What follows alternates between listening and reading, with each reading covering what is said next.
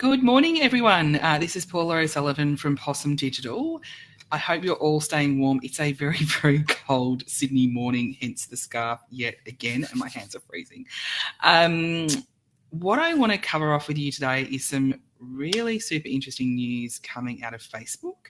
Lots of people are talking about it, and there's not a lot of detail, which is something that Facebook does, but let's get right into it. So Facebook has announced that they're trialing what's called a paid membership or a paid subscription model for its groups.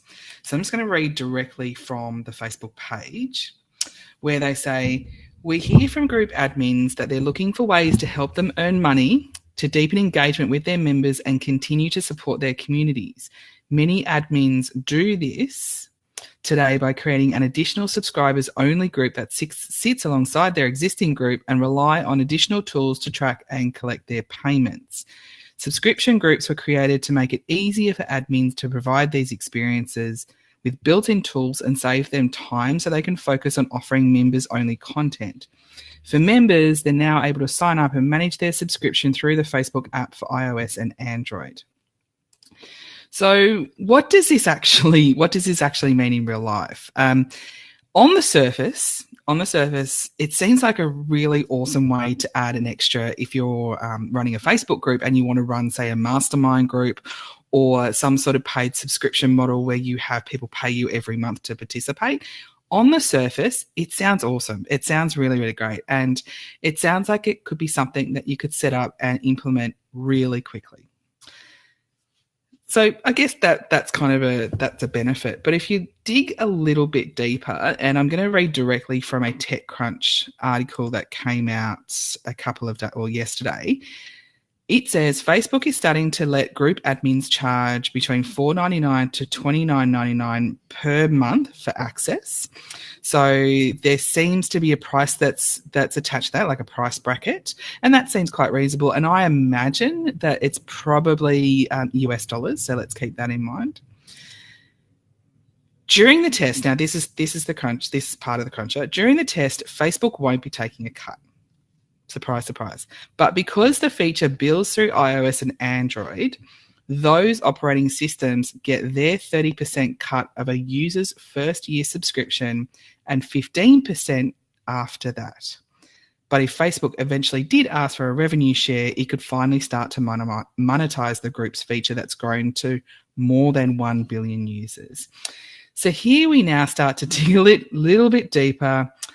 Stephanie, yes, but thanks for watching, Stephanie. I know. It's really, it's one of those things where you think, oh, Facebook's doing this wonderful thing. It's helping small businesses. It's helping people who don't have a lot of money to build their own membership subscription websites.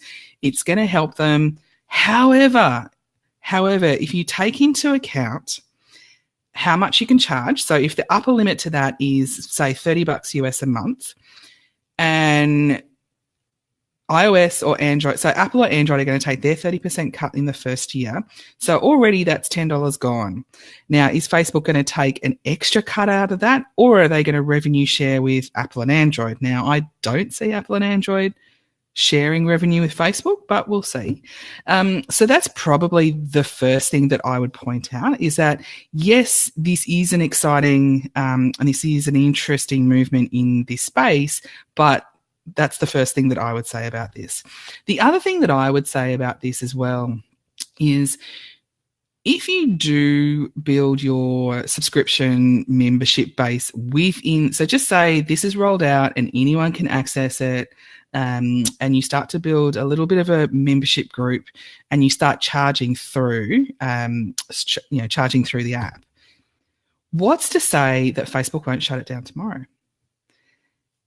If anything about the newsfeed changes early this year teach us is that if you are marketing your business using only one channel, if you are building a business model using a channel that you do not control, Facebook you do not control, and to be honest, nor should you do not control this particular channel. So why build your business model on those external factors?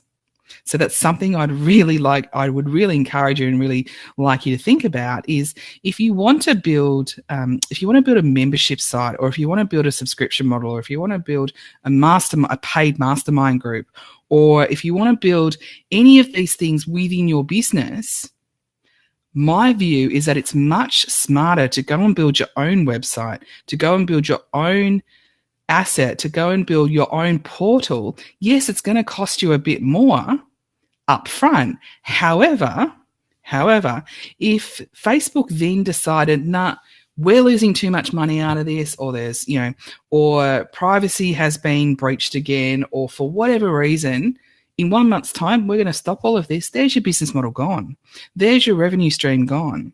So is it not better to use Facebook as a way to build community, as a way to build brand awareness, as a way to get traffic to your website so that you can capture those people within your own community and you can keep them there? If you build your own website, it's you that decides whether to keep it running or not keep it running. If you take payments within your own payment gateway, so if you run it through PayPal or Stripe or whatever payment gateway you're using, you get to control that a bit better. So again, it's one of these announcements that on the surface looks and feels really exciting. Wow, Facebook's finally going to help us monetize these groups. However, look carefully and think carefully. So once this is all rolled out, the thing I would encourage you to think about is this. Take a step back. How is this going to add value to my business? So I've done a previous Facebook Live where I talk about a channel plan. So a Facebook group is a channel. What is your plan for this channel? If your plan is to have a Facebook group that is a mastermind group or is a paid membership model group, think about how am I going to actually have this group in the long term?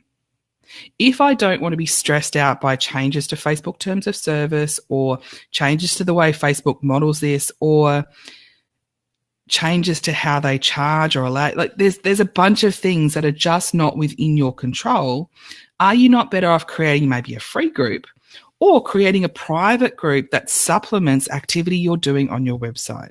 So if you have an online course and you have people that are participating in that online course, using a Facebook group where you're not running those membership fees through could be a really good way for you to use Facebook to supplement the content that's in your course.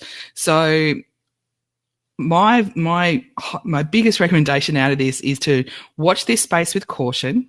Yes, let's actually see how it rolls out. Let's see what the test determines. Let's see how these groups actually use that. Are they actually going to make money out of this? Or is it actually going to cost them money? And really, if this is about empowering small businesses and empowering groups and empowering a whole bunch of people to use Facebook to make money and to grow their businesses and to grow their revenue stream, let's watch out who actually ends up with the money. So that is my message for you today. What I'm going to do is I'll drop a link to the Facebook announcement in this post. I'll also drop a link to the TechCrunch article that I refer to. But if you've got any questions about this sort of stuff, please put them in the comments below and I'll come back and answer them for you. So that is our live for today. Thank you so much for listening and for watching, and I hope to see you soon. Bye.